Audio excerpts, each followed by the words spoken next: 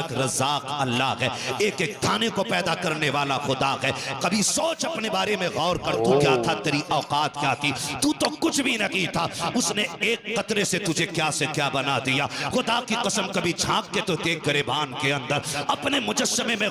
अस्सलाम वालेकुम दोस्तों, we are back in other action video service. मेरा नाम है उस्मान कुरैशी और मेरा नाम है जय अम्मानी। तो आज मानी और मैं बहुत ही इंटरेस्टिंग वीडियो लेकर आए हैं, बहुत ही ज़्यादा। क्योंकि हमारे एक व्यूवर्स कह रहे थे मुफ्ती हम्माद रज़ा मुरादाबादी की एक प्यारा सा क्लिप लेकर आए। अभी मुझे ये क्लिप मिला है और अगर आप लोगों ने बहुत सारे इस पे लाइक किए तो इंशाल्लाह हम इनके बहुत सारे डीपली आप लोग प्लीज देखिएगा, एयर जो है हेडफोन्स लगा के, हैंड फ्री लगा के। बिल्कुल ऐसे। तो व्यूवर्स इस वीडियो को स्टार्ट करते बातों को बाद में 3 2 1 प्ले। खुदा की कसम याद रख, रज़ाक अल्लाह है, एक एक दाने को पैदा करने वाला खुदा है। कभी सोच अपने बारे में गौर कर, तू क्या था, तेरी औकात क्या थी, तू तो कुछ भी नहीं था। उसने एक कतरे से तुझे क्या से क्या बना दिया। खुदा की कसम कभी झांक के तो देख गिरेबान के अंदर अपने मुजस्समे में गौर तो कर। उसने दिल बनाया, कितनी महफूज जगह रखा है। आंख रखी है सेफ्टी के लिए, कितने बेहतरीन वाइफर लगाए उसने। सोच सकते हो आप, खुदा की कसम खा के कहता हूँ, उसकी कारीगरी तो देखो।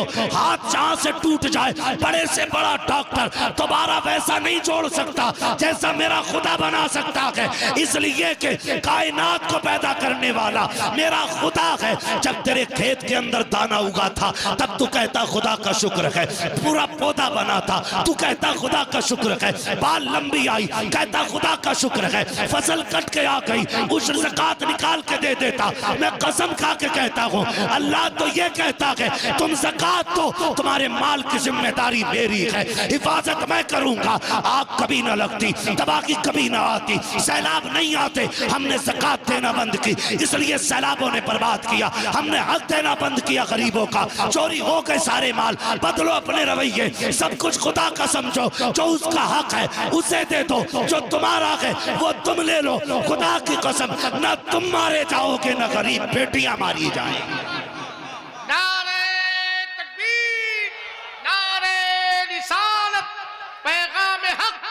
मसलके आला हजरत अल्लामा मुफ्ती हम्माद रज़ा साहब मुरादाबादी आमदे सरकार सुहेले मिल्लत। हम इसी बात पे लड़ते रह गए, इसी बात पे लड़ते रह गए कि मेरे पीर को तूने चाय नहीं पिलाई थी। मेरा पीर आया, वो उठ के खड़ा नहीं हुआ था। यही लड़ते रह गए। दर्द रखो यार, आज जागना जरूरी है। जागना, जागने का मतलब ये नहीं हम बम फेंकेंगे। हम हुजूर के मानने वाले लोग हैं, हम हुजूर से सीखेंगे। या रसूल अल्लाह, जब सितम हो तब क्या किया जाए। वो जिंदगी भी तो मेरे हुजूर की है, वो जिंदगी भी तो मेरे हुजूर की है। या मरना, हुजूर को क्या मुंह दिखाएंगे। या रसूल अल्लाह, बेटियां गुर्बत की वजह से बाप की दहलीज पे बैठी रही, बाल सफेद हो गए, अब्बा फांसी लगाना चाहता था, बेटी छोड़ के चली गई, मजहब ही बदल लिया। हुजूर पूछेंगे, बता क्या रहा तेरी दौलत का। मेरी उम्मत की बेटियां मजहब बदलती रही और तू पैसे पे सांप बन के बैठा रहा। होगा कोई जवाब हमारे पास? होगा कोई जवाब? जिंदगी ऐसे नहीं कटती। खुदा की कसम, 12वीं का महीना है, 12वीं वाले ने आकर के बेटियों को एहतराम बख्शा, एहतराम बख्शा मेरे नबी ने। हमें क्या करना है, जानते हो क्या करना है? सहाबा फरमाते, महफिल लगी है, हुजूर बैठे, तवज्जो भाई, हुजूर बैठे, मैं बताने लगा हूं। मेरी तकरीर तबे यार को बेचैन करती है, सबब क्या है वही कहता हूं जो दिल पर गुजरती है। मैं यहाँ किताब पढ़ने नहीं बैठा, बस दर्द दिल है जो आपके बीच रखने आया हूँ। ये अराकीन कमेटी की कोशिश और मेहनतें थी जो मैं और आपके सामने हूँ। और याद रखिएगा, मैं इश्क के सौदे लेके फिरता हूँ। अगर आप नहीं खरीदेंगे तो इश्क के खरीदार बहुत हैं। जहाँ चाहेंगे वहाँ इश्क की दुकान लगा लेंगे। अल्लाह का शुक्र है, बहुत गौर से मेरी बात सुनिएगा और आज के बाद बदलने की कोशिश कीजिए। खाली कमेंट में लिख के मुफ्ती सलमान जिंदाबाद, इश्क रसूल जिंदाबाद, ये काफी नहीं है। रवैये बदलें, अपने तरीके।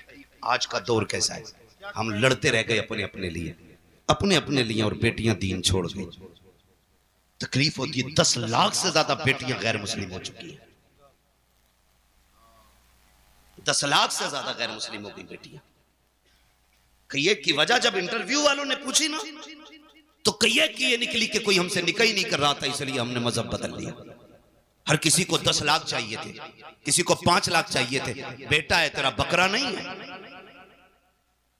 जो इसे तारीख पे बेचेगा। तू गैरत आनी चाहिए, आज लाजिम है। सहाबा फरमाते, महफिल लगी, हुजूर बैठे, कहते हमने कुछ नहीं सुना, अचानक नबी कहने लगे।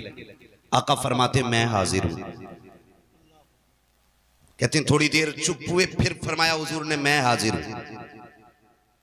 कहते हैं फिर हुजूर खामोश हुए, फिर फरमाया मैं हाजिर हूं। 3 मरतबा ये कह के अचानक हुजूर उठे और दौड़ लगा दी। सहाबा फरमाते हैं हमने देखा अचानक हुजूर बगैर बताए चले गए।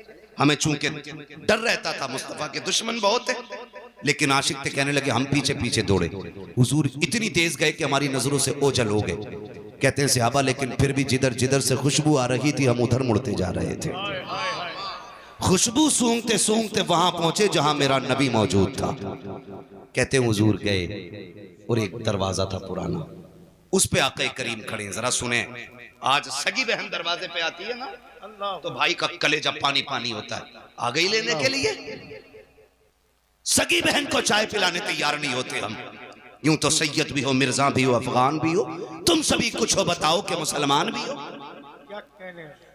हमारे रवैये सगी बहन को पानी पिलाने तैयार नहीं होते। आ गई हराम का खाने, जुबान को ताला लगा।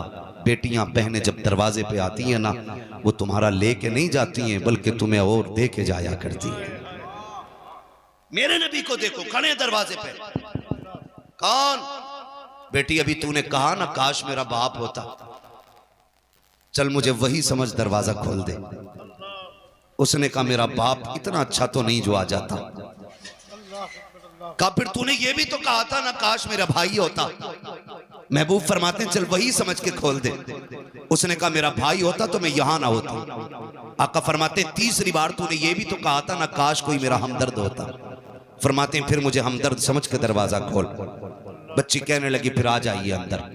मेरे हुजूर तशरीफ लाए, चेहरा देखा देखती रह गई, लेकिन फिर देख के कहती आप कौन?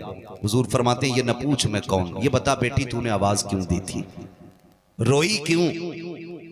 बच्ची कहती है क्या बताऊं, 7 साल हो गए इस मकान के अंदर। मैं 8 साल की थी या 9 साल की थी, उस वक्त मेरा बाप मुझे बाजार में बेच के गया था और ये मुझे खरीद के लाया था। कहती है वो अच्छी आदत वाले आज तक मुझ पे सितम रहा है। मैं इतनी थक चुकी हूं कि अब मुझसे काम नहीं होता। ये देख मेरी उम्र 15-16 साल है, तुझे नहीं लगता मुझ पे बुढ़ापा आने वाला है? इतनी कमजोर हो गई हूं। महबूब फरमाते बेटी रोई क्यों? उसने कहा मोहतरम सुने तो सही बात, ये काम ज्यादा है, ताकत नहीं है, बीमार हूं, सर में दर्द है। आज जब मुझ पे सितम हुआ मुझे याद आया मेरा बाप 7 साल पहले बेच के गया था बाजार में।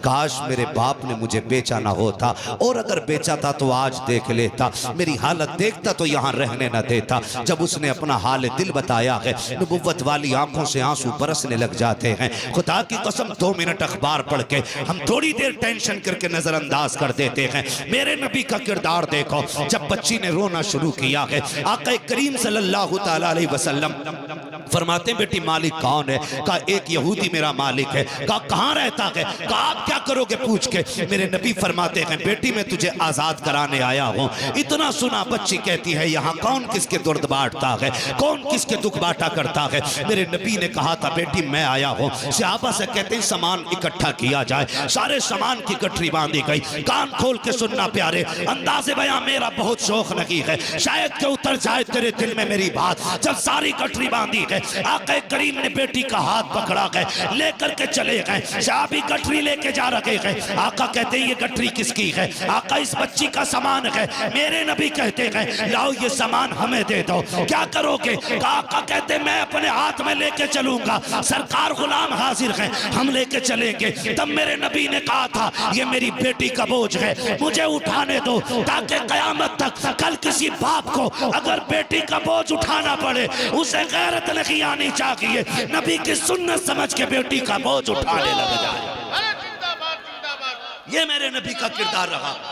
आका करीम ने उस बच्ची की भाई यहाँ नहीं, मस्जिद में नहीं, बिस्तर पे लेट के फैसला करना तू कितना बड़ा आशिक है हुजूर का। बहुत अच्छे मुफ्ती साहब। ये तो तेरा बिस्तर बताएगा तूने कितनी गुलामी का हक अदा किया। जबानें लंबी होती है, चौक में बैठ के पंच बन जाते। जी मेरे सामने कोई टिकता नहीं। औकात मेरे हुए नाम वर बेनिशां कैसे कैसे, जमीन खा गई आसमां कैसे कैसे। हैसियत क्या है, औकात क्या है हमारी। बड़े बड़े पहाड़ जमीन के अंदर चले गए, कोई नहीं बचा है और न बचने वाला है। ओ भाई, जब इतनी बात मेरे नबी ने कही, सहाबा रोने लग गए।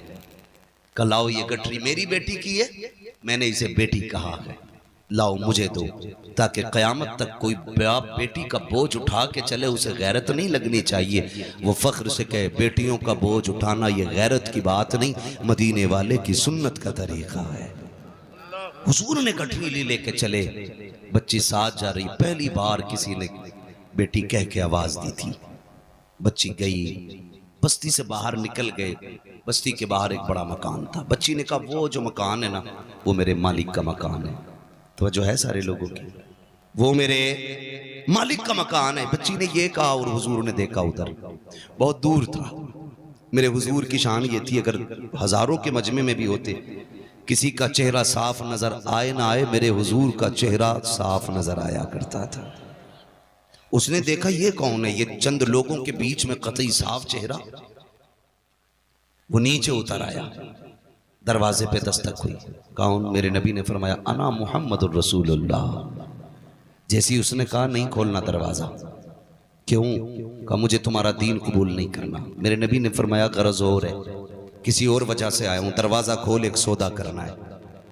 दरवाजा खोल, एक सौदा करना है। उसने दरवाजा खोला, हुजूर सामने। जी कैसे आना हुआ? हुजूर फरमाते हैं इस बच्ची को तू खरीद के लाया था? कहा हाँ। फरमाने लगे अब इसकी कीमत तू बता, मैं खरीदने आया हूं, मैं खरीदने आया हूं। उसने यूं चेहरा देखा, आप कौन, आपसे इसका रिश्ता क्या? हुजूर ने फरमाया पूरी कायनात से मेरा रिश्ता बड़ा गहरा है, तू बता इसकी कीमत क्या है? उसने कहा आपका कोई रिश्ते में लगती है? आका फरमाते हैं इसकी कीमत बता। जब इतनी बात कही ना, कहने लगा ठहरो। चेहरा देखा, बाहर आया। उसने कहा मेहरबानी करें, जरा थोड़ा सा दामन उठाएं। हुजूर ने दामन उठाया।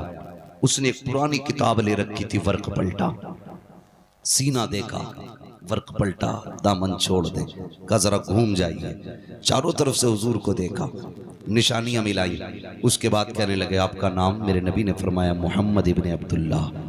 कहा कि खानदान कुरैश से हैं? कहा जी। अम्मी का नाम? आमीना है। सारी बातें सुनने के बाद उसने कहा ठहरिए। अंदर गया, सारे रिश्तेदारों से बोला सुनो, आज वो आ गया था, आज वो आ गया है जिसका जमाने को सदियों से इंतजार है। आज वो आ गया जिसका जमाने को सदियों से इंतजार है। सबने कहा क्या कह रहे हो? कहा ये देखो हमारी किताब, वो दरवाजे पे खड़ा है, नाम मोहम्मद है, अब्दुल्ला का बेटा है, माँ अमीना है, खानदान कुरैश से है, और ये देखो मक्के का रहने वाला है। जल्दी जल्दी आया, खानदान रिश्तेदारों को लेके खड़ा हो गया। उसने कहा सुनो, तुम देखते जाओ, मैं निशानी पढ़ता जा रहा हूँ। उसने अबरू की अलामत पढ़ी, चेहरे की अलामत बताई, रुखे रोशन का तज़किरा, जुल्फ़े अंबरी की बातें, वो नशीली निगाहें, वो खूबसूरत अदाएं सारी बताई हैं। वो किताबें देखते जा रहे हैं और वो मिलाते जा रहे हैं। आखिर में सारी मिल गई। कहा मेरी किताब ये भी कहती है जो आखिरी पैगंबर होगा वो इतना दयालु होगा कि वो अपने पैसे से गुलामों को आजाद कराएगा। कहा देखो ये मेरी गुलाम है, आजाद कराने ये आया है। उसने कहा जनाब अब बताओ कहना क्या चाहते हो? मेरे नबी ने ये कहा था इसको बता, मैं इसे खरीदने आया हूँ। उसने कदम पकड़े, कहा सिर्फ इसे नहीं बल्कि मुझे भी गुलामी में शामिल फरमा लीजिए।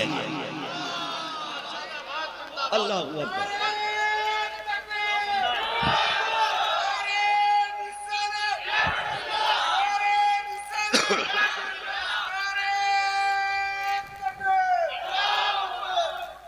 तवज्जो कीजिए, उसने कहा कि ऐसा कौन होगा जो गुलामों को आजाद करे। जब वो कलमा पढ़ के मुसलमान हुआ, रिश्तेदार कहने लगे रुक भाई, सारे मामले में बराबर थे तो यहाँ पीछे नहीं रहना है।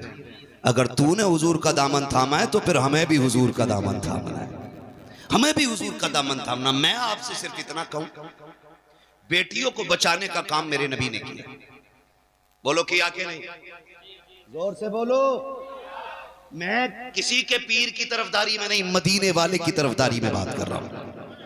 किसी को कड़वा लगे या मीठा लगे, मैं आईना हूं दिखाऊंगा दाग चेहरे के, जिसे खराब लगे सामने से हट जाए। मसला ही कोई नहीं है, सीधी बात है। बहुत गौर से बात सुनिएगा भाई। बेटी बचाने का काम किया मेरे ने, आज हम बचा रहे हैं बेटी। खुद सोचे, एक बाप बेटी को पालने में बूढ़ा नहीं होता है, बेटी को जवान करने में बाप बूढ़ा नहीं होता है, बेटी को रुखसत करने में बाप बूढ़ा हो जा रहा है। क्या ये हालात नहीं? दूल्हा मरा जा रहा, कह रहा भैंस वाली जंजीर चाहिए। अल्लाह ने अच्छा खासा इंसान बनाया था, गले में चैन पहनेगा। सास भी ना पहले लाती है मेरे दामाद के लिए, और दामाद है तेरा बकरा नहीं। मर्द को सोना पहनना हराम तो हराम, चाहे तेरा बेटा हो या मेरा बेटा हो। और कह रही सोने की अंगूठी पूरी 1.5 तोले की चाहिए। याद रख, जो दुनिया में सोना मर्द पहनेगा ना, अल्लाह उसे आखिरत में जहन्नम की आग का जेवर पहनाएगा। देख लेना। खड़ा होकर कह रहा पहनाओ, बदलो रवैये अपने। अंगूठी शिकल खाक की नहीं, सोना पहनने चले। ओ भाई, ये क्यों बोझ इतना, क्यों बोझ इतना? क्या इसी का नाम निकाह है? क्या इसी का नाम इस्लाम है? जोड़ मिलाते फिर रहे। सोचो यार, थोड़ा सा बदलो। अगर सोने की अंगूठी ना मिली तो मर गया। एक मौलवी बता दो जिसने सोने की अंगूठी पहनी, किसी के गले में जंजीर दिखा दो एक सोने की, दिखाओ। कोई नहीं पहनता, मौलवी मोहताज है। शरीयत ने इतनी सी भी इजाजत दी होती ना तो इतनी मोटी हमारे गले में होती। हाँ, लेकिन जानते हो, हुजूर आए मस्जिद में, सहाबी आगे बढ़े, उन्होंने सोने की अंगूठी पहन रखी थी। मुसाफिर के लिए हाथ बढ़ाए, हुजूर की नजर पड़ गई, मेरे नबी ने चेहरा फेर लिया। वो रास्ता बदल के आए, फिर हाथ बढ़ाए, हुजूर ने उधर से चेहरा फेर लिया। और फिर हुजूर चले गए गुस्से में, कहने लगे ये क्या हुआ, आका मुझसे नाराज क्यों? गालिबन हजरत अली आगे बढ़े, कहने लगे तूने सोना पहन रखा है। और हुजूर ने सोना। सुभान अल्लाह यार, क्या दर्दनाक, क्या दर्दनाक, क्या दर्दनाक एक बयान दिया बेटी के ऊपर यार, सीरियसली यार। और सही बात है जी, हमारे प्यारे रसूलुल्लाह सल्लल्लाहु अलैहि वसल्लम ने ही हम औरतों को हक दिया है, हम औरतों को इज्जत दी है, हम औरतों को मर्तबा दिया है। जो कि पहले ज़माने में जिंदा बेटी को मार दिया, जहालत के ज़माने में जिंदा बेटी को ना दफना दिया जाता था कि ये एक बदनामी का बाइस बनेगी। लेकिन होता क्या आ रहा है जी कि आज भी ऐसा ही होता आ रहा है। आज भी बेटियों को दफनाना ना सही, लेकिन जिंदा ही दफना देते हैं। ऐसी देखें ना, जैसे कि उसके वालिद ने इस तरह से 7 साल पहले उस बच्ची को जो है एक दरिंदे के हाथ जो है वो बेच डाला, और फिर वो बच्ची जो है वो 15 साल की हो गई, लेकिन उसके ऊपर जुल्म ख़त्म नहीं हुए। लेकिन क्या बात है, हमारी क्या शान है प्यारे रसूलुल्लाह सल्लल्लाहु अलैहि वसल्लम की, कि वो दूसरों का दुख अपना दुख समझते थे। और किसी को क्या लगे, मतलब बैठे हुए अपनी महफिल में सहाबा कराम के साथ, उनको क्या लगे किसी ने ऐसी बात कर दी, बस वही बात है। जैसे कि इन्होंने कहा, थोड़ा सा न्यूज़ में हम थोड़ा न्यूज़ सुनते हैं, थोड़ा अफसरदा हो जाते हैं, टेंशन में आ जाते हैं, लेकिन कुछ ही मिनट्स बाद हम भूल जाते हैं। इतना भूल जाते हैं कि ये नहीं कि हम लोग उसके दुख में शामिल हों, बल्कि वो खुद गए हैं, खुद चल के इतनी तेजी से गए ताकि पीछे से कोई जान ना पाए कि मैं किसकी मदद कर रहा हूँ या फिर मैं किसके साथ रहम दिली कर रहा हूँ। अकेले गए हैं, ये नहीं कि 4-5 बंदों को जी जो है इतला दे के जा रहे हैं, बता रहे हैं जी मैं जा रहा हूँ जी उसकी मदद करने, आओ जी तुम भी देखो। आजकल क्या होता है, ये सब दिखावा होता है, दिखावा होता है, मदद करके भी दिखावा करते हैं। असल तो आजकल के ज़माने में उस्मान दिखावा भी नहीं कर रहे हैं। आजकल के ज़माने में तो इस कदर जुल्म की इंतहा है, मैं क्या बताऊँ। बाकी इन मुफ्ती की बात की जाए, मुफ्ती हमाद की बात की जाए, तो इतनी ज़बरदस्त इन्होंने तरीके से बयान अपना हमारे आगे पेश किया, और यकीन जाने मेरा दिल बिल्कुल नहीं चाह रहा था कि ये बयान स्टॉप हो। इतनी लंबी वीडियो थी, इतनी लॉन्ग वीडियो थी, लेकिन हमें अंदाज़ा ही नहीं हुआ वक़्त का, क्योंकि इतनी इंटरेस्टिंग उन्होंने बातें बताई हैं। फिर उन्होंने थोड़ा-सा ज़िक्र इस चीज़ का किया है कि हम आखिर हैं कौन? क्योंकि लोग कहते हैं ना कि हमारे ना कपड़ों पे मक्खी भी ना बैठे, मट्टी भी टच ना हो, लेकिन हम बने किससे हैं? हम हैं कौन, हमारी वैल्यू क्या है। देखिए, दूसरी बात ये है कि जो आजकल इंडिया के अंदर लोग अपना दीन छोड़ के दूसरे दीन में दाखिल हो गई है ना लड़कियां, उनके लिए देखा जाए तो स्पेशली बस यही है कि आप अपना दीन छोड़कर अगर दूसरी तरफ जाती हैं तो हमेशा याद रखें कि अपना दीन छोड़कर जाना, कहते हैं ना कि किसी जगह को छोड़ के दूसरी जगह जाने का मतलब ये होता है कि अपनी वैल्यू को खो देना, और दलदल में फंस जाए, दलदल में फंस और आप जाना। दलदल में फंस जाते हैं, इस कदर फंस जाते हैं कि आपको अंदाजा भी नहीं होता। सकते हैं। यानी कि आप मुक्ति पाने के लिए आप दूसरे धर्म में जो है वो दाखिल होते हैं, कन्वर्ट करते हैं अपने आप को कि हम मुक्ति मिल जाए, मुक्ति मीन हमें एक आज़ादी मिल जाए, हमारी रूह को आज़ादी मिल जाए, लेकिन ऐसा नहीं होता। असल में आप छोटे से आप उस चीज़ को जकड़न समझ के आप बड़ा सा कैद खाने में, बल्कि जिंदान ही कह दें उसको, आप उधर जाके अपने आप को कैद कर देते हैं। बहुत गलत बात है ये। अपने धर्म को छोड़ 10 लाख से ज्यादा यार लोग ऐसे हो रहे हैं गुर्बत की वजह से, कभी किसी वजह से। बिल्कुल ऐसा ही है। सो व्यूअर्स, मिलते हैं इंशाल्लाह, इस वीडियो तो बहुत ख्याल रखिएगा, हम दोनों को दीजिए इजाजत, क्योंकि आज की वीडियो बहुत ही इंटरेस्टिंग थी और बहुत ही इमोशनल थी। Stay with us. Allah Hafiz.